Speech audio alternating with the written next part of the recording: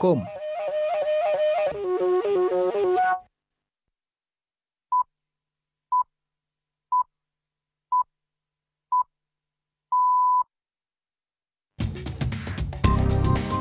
Ubu ni saa 10 n'igice ku isaha mpuzamahanga ya GMT, ni saa 12 n'igice ku masaha yo mu Rwanda no mu Burundi. Muri studio muri kumwe na Prudence Ngiyumva. Wowe uteze amatwi BBC Gahuza miryango aho uri hose ku isi, ikaze kuri radio, kuri Facebook live ndetse no ku mirongo migufi ya shortwave. Dore ingingo z'inyenza makuru turambora mu kanya ku itariki ya 16 z'ukwezi kwa mbere 2020. Ukraine yatangaje ko itangije iperereza ry'icyaha ku birego by'ubutasi bwakorewe uwahoze ari ambasaderi wa Amerika i Kiev Marie Yovanovich. Leta y'u Rwanda iratangaza ko abanyarwanda iherutse gushyikirizwa n'ubutegetsi bwa Repubulika ya Demokarasi ya Kongo bazemererwa gusubira mu miryango yabo nyuma y'igihe kingana n'amezi 3, ariko bamwe mu batandukanye n'abagabo babo ngo bari mu cyeragati. Icyambere cy'uwabo simazi, ubu ndi kupfa kugenda urya, usibye ko yambwiye ngo iwabo ni Gitarama Hunyamabuye Zashogwe Serire Nyamaganda, niko yambwiye gusa. Icyegeranyo gishya cya Loni kiravuga ko abana babarirwa muri za miliyoni muri Syria bakomeje guhura n'ibibazo bikomeye imyaka igera ku 9 intambara itangiye muri icyo gihugu. Ntibibagirwe n'ikinamico runana muri ibi biganiro biyobowe na Jacques Niyitegeka.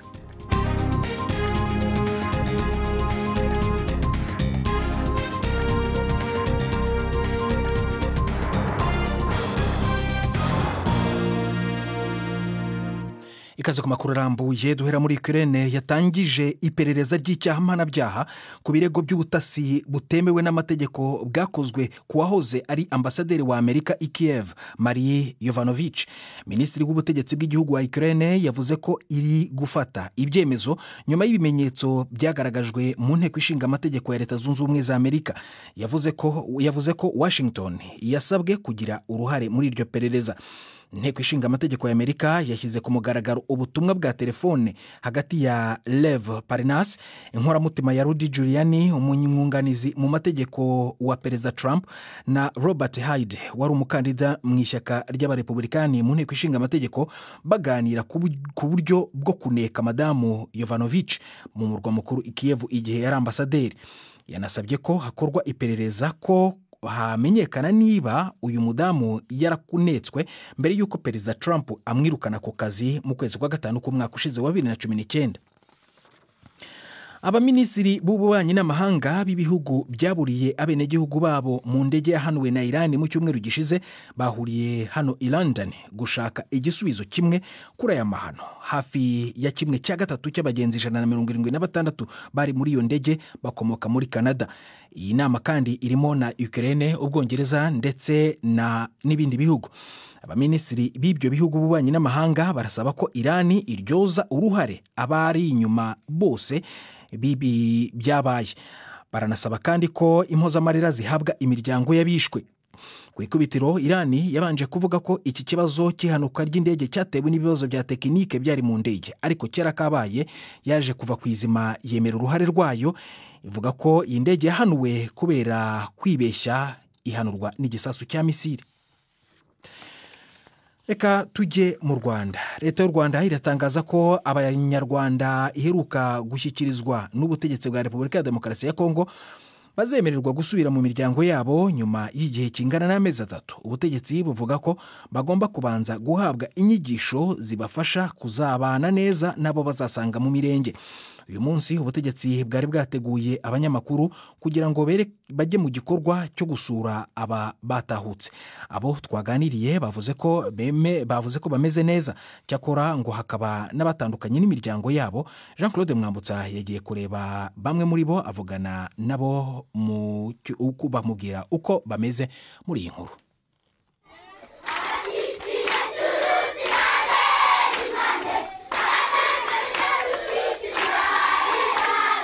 Turi mu nkambi y'agateganyo Nyarushishi yakiriye abanyarwanda bakaba 2,000 baherutse gushyikirizwa u Rwanda n'ubutegetsi bwa Repubulika ya Demokarasi ya Kongo.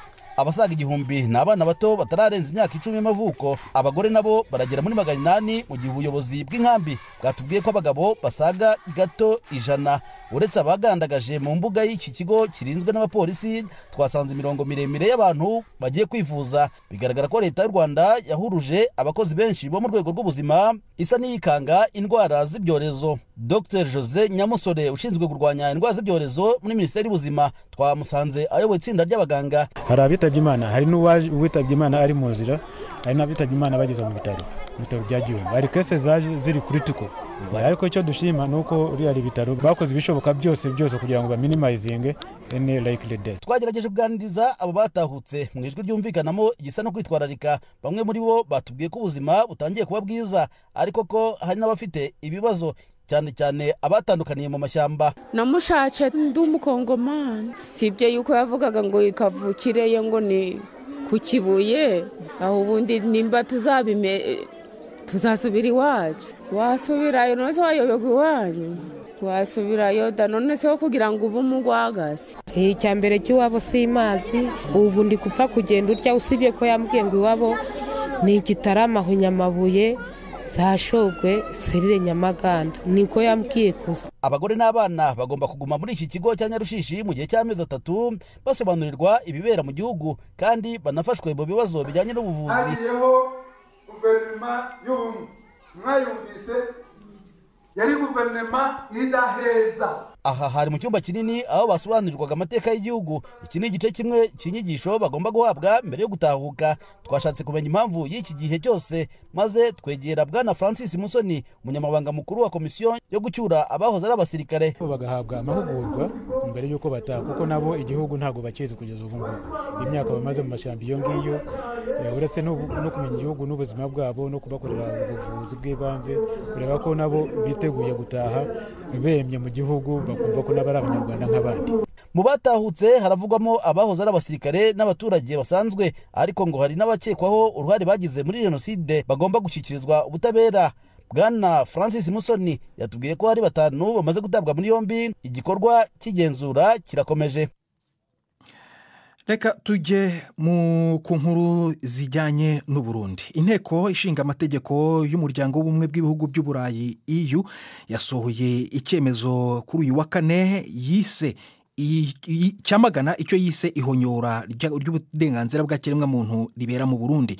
Icyo cyemezo kiramagana ibyo EU ivuga ko hari uburenganzira bubangamirwa mu gihugu, ndetse burimo no kubangamira kugeza ibitekerezo ku bantu bageza ibitekerezo byabo mu ruhame mu gihe hategurwa amatora mu kwezi kwa gatanu kwa 2020. Burundi n'umuryango w'Uburayi birebana ayingwe kuva mu kwezi kwa kuva mu mwaka wa 2015. Nkurunziza, perezida w'igihugu cy'u Burundi, Perezida Pierre Nkurunziza, yatangaza ko aziyamamaza ku nshuro ya gatatu. Ni inkuru twateguriwe na Robert Patrick Misigaro. Icyo cyemezo nta tegeko canke ingingo rigiherekeje, bisigura yuko atacama leta bwizwa kugikorako. Inama nshinga amateka y'ishiramwe rya Buraya yagarutse cyane kwifungwa ry'abanyamakuru b'ikinyamakuru Iwacu bafashwe bagiye gutara amakuru y'igitero cabereye mu ntara ya Bubanza mu kwezi kwa 10 mu mwaka uheze.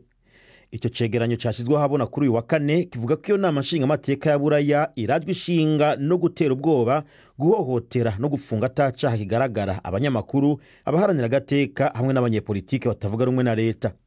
Mu kwezi kwa 9 umwaka uheze, abakora itohoza mu bijanye n'agateka kazina muntu mu ishiramwe rya ONU baragabikije ko mu Burundi ibintu bishobora gusubira kuba bibi kubera ihohoterwa rikorerwa batavuga rumwe na leta. Leta y'u Burundi ntakiravuga kuri iki cyemezo cy'inama nshinga amateka y'ishiramwe rya Buraya, ariko yamyihakana ibivugwa n'iryo shirahamwe cyo kimwe na ONU. Kuva mu 2015 aho haduka imvururu kubera kwitoza kwa Perezida Pierre Nkurunziza, imigenderanire n'ishiramwe rya Buraya yaratosekaye. Iryo shirahamwe ryafatiye u Burundi ibihano birimo guhagarika imfashanyo y'amafaranga ryaronse u Burundi. Leta y'u Burundi yoyo yabifashe nko kwivanga kw'iryo shirahamwe mu bibazo biraba abarundi, inaryagiriza kugira umugambi wo gushaka guhindura ubutegetsi. twashatse kumenya icyo leta y'u Burundi ivuga kuri icyo cyemezo cya EU. Umuvugizi wayo atubwira ko ntacyo ashobora kutubwira. Iyi ni BBC Gahuza miryango urayumva no kuri Kisoro FM muri Uganda ndetse no kuri BBC Gahuza akadomo.com. Mu kanya turagaruka ku makuru yo mu karere nyuma y'akaruhuko gato cyane. Saa moya zibura iminota 21 mu Rwanda no mu Burundi. Ndi Prudence Ngiyumva.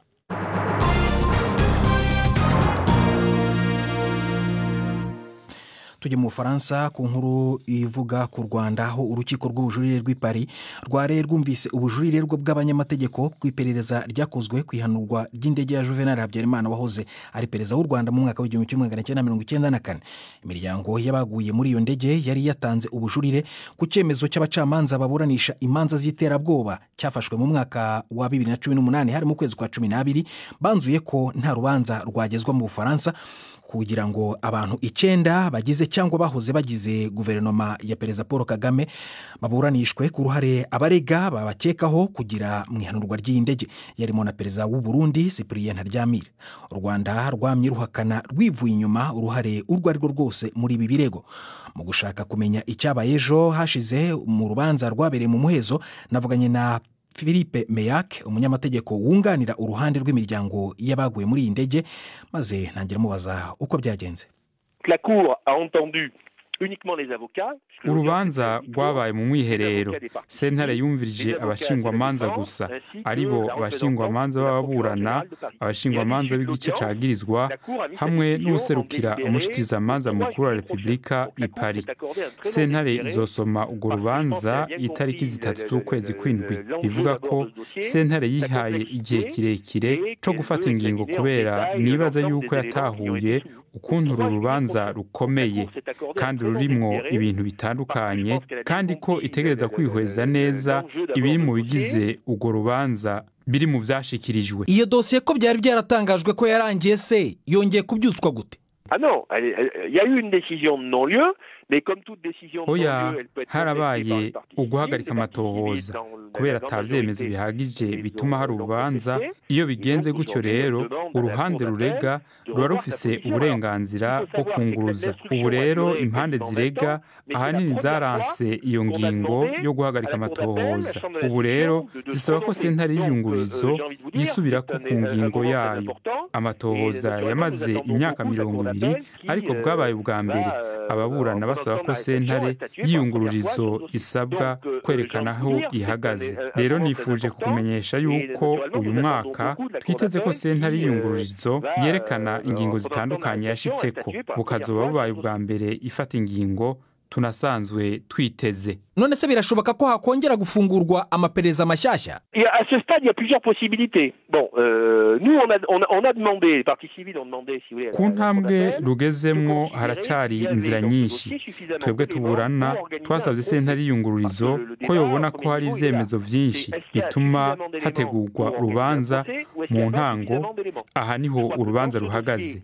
Hoba hariho ivyemezo bikwiye kugira batunganya urubanza canke ntabiriho. Nibaza ko muri urwo rubanza hariho ivyemezo bikwiye.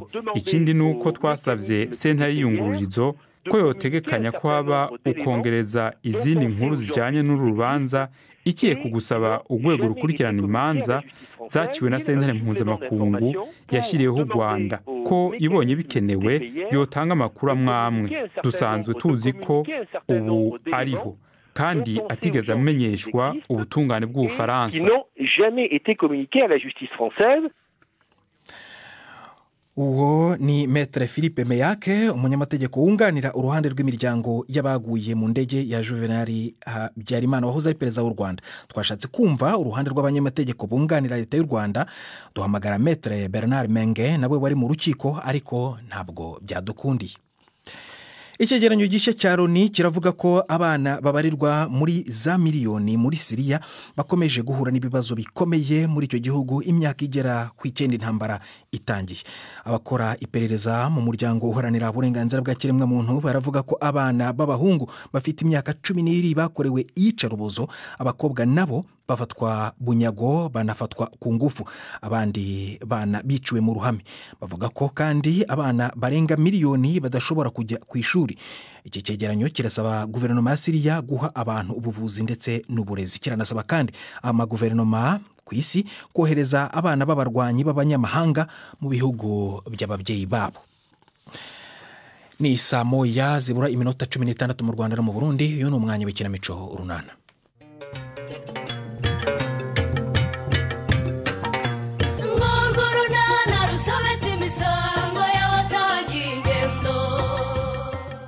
Mutesi ngo ashobora kuba atwite. Obama we yarembye ariko Kankwanzi ntashaka kumuvuza. Ni Urunana. Mama iwe munda ari kurya munda. Ihanganisha. Oba ihangane. Gusa turabigenza dute koko busho.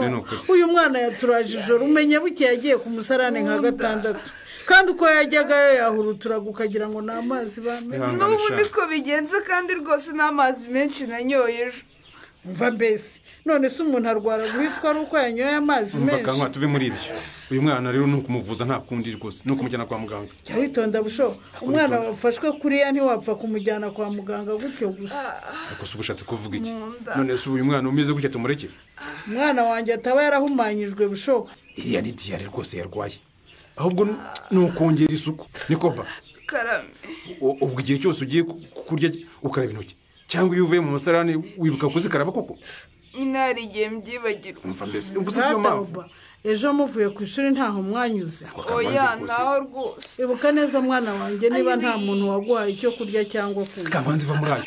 Va muri ayo mwana ku kigo nderabuzima bamuvure. Urabona ukuntu ameze nano nawe uri mu. Nyamara busho. Jya umenya ko inyamaswa idakenga ari igwa mu mutego mbere y'izindi. Sigaho rwose. Sigaho kwinjiza ibitekerezo bibi rwose mu mwana. Obama. Byuka utegura inyuko kujyana kwa muganga. Reka mbanze nsubireyo we.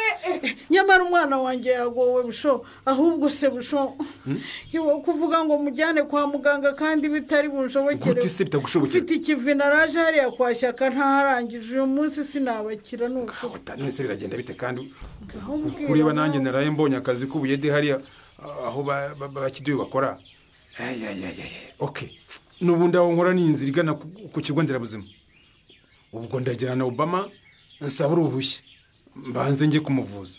Ahubwo se araba yavuye mu musarane mwokarama ngo yitegure tugende mu ndebira agira vuba yewe.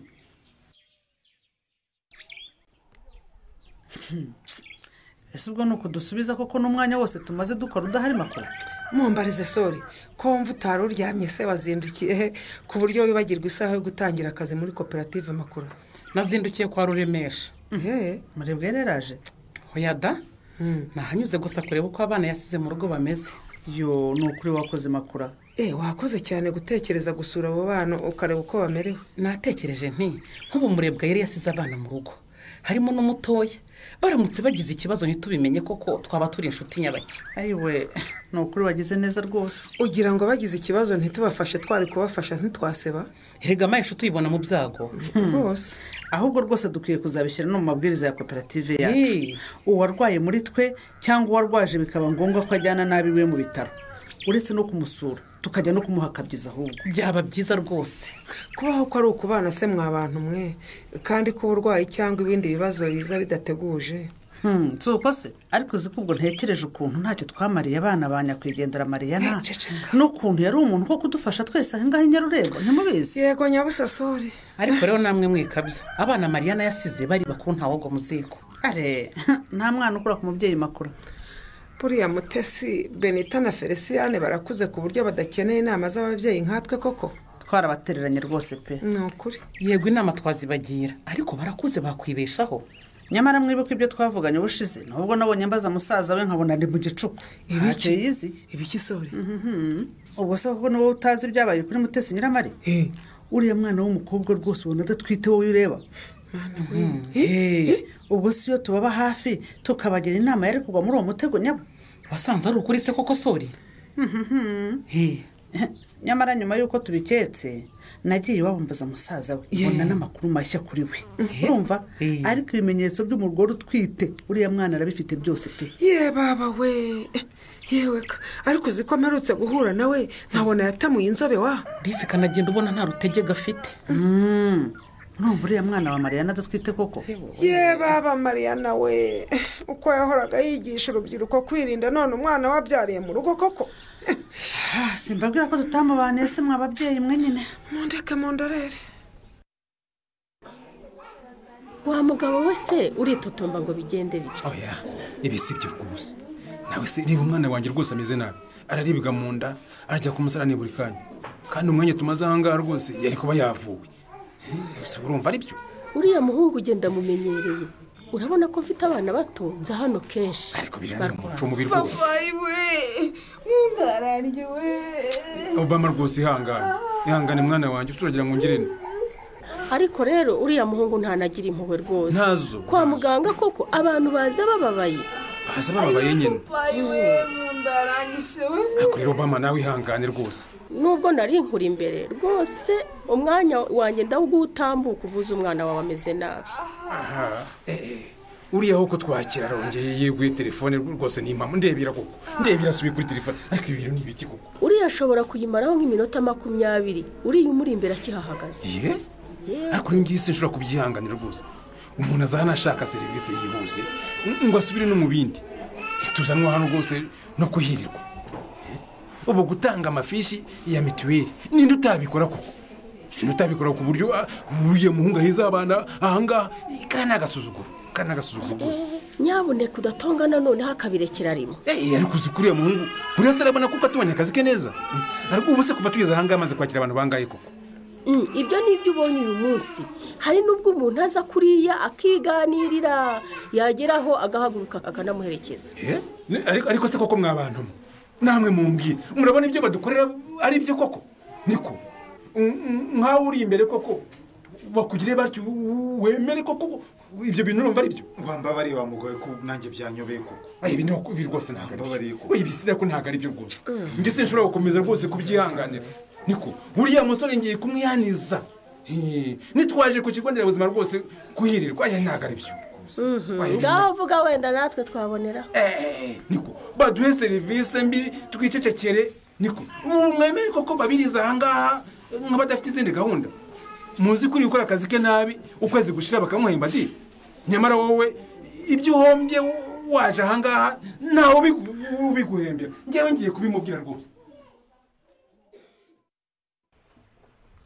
Dona ni wowe cyangwa ndarota ahubwo se ni wowe Beni kinsuze se nyine we ninde wakuzirikiye mu gikari cyo kwa Mugisha umva ntawe pe gusa akazi kaho ubwaho kazirika umuntu urabizi Ivana yarigendeye nyine ubu ni ukwirwariza kandi koko disi amakuru se we shani meza bisanzwe wese bite Dona nta kanunu ko kwiga ego komana yewe ibyo nsa n'uwabyibagiwe pe ntumbwire ko nawe uri nkanjye none se shaka ntabonye amanota yo kujya muri kaminuza ya leta none ubushobozi bwo kujya mu yigenga nyine bukaba butari bwaboneka urumva nabigira nke koko sha ndumva byaragucanze nkanjye sha cyane hari ubwo ntekereza ngo ko amanota yanjye atari mabi cyane wasubira muri segondere nkongera nkakora wenda nkareba yuko nagerayo bazafatiraho sha kandi n'ubundi disi wabuzeho make sha Dona uriya mwaka wari mubi cyane pe mama yawe urwariyemo ntiyakira arapfa mbese yewe nawe nabonye ni nyagasani sha ndabizi mama hanyuma se ugiye ku isoko guhaha iki we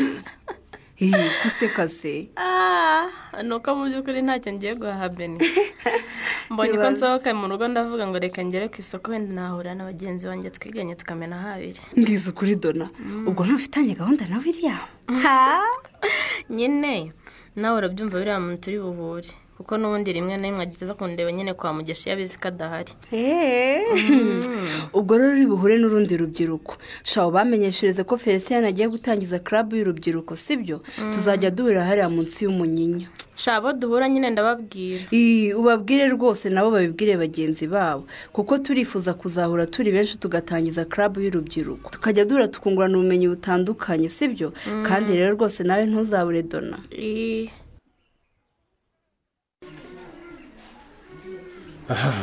niko se mugenzi wanjye subiza rwose ndakubaje windebera ku rutugu ariko wa mugabo uri muzima ndi muzima rwose ariko umwana wanjye rwose naje kuvuza ararembye pe none ndagusabye kugabanya rwose ibintu urimo uduhe serivisi rwose twaje gusaba yo kwivuza mva ndembera usubire ku murongo wawe uri wa mugabo ariko rwose ubu twese twihorere igumire muri telefone yawe niko aha kwa muganga rwose abantu twese tuba tukuri imbere tuba twaje kwivuza urumva hameze ubwirwa n'iki ko ibyo mvugira kuri telefone bidafitanye isano n'akazi erega umuntu ababireba ndabibona neza rwose ko ibyo urimo binyuranye n'akazi uravugana n'umuntu yavaho ukavugana n'undi uko kuririrwa muri ibyo ngibyo uduhe serivisi ryari.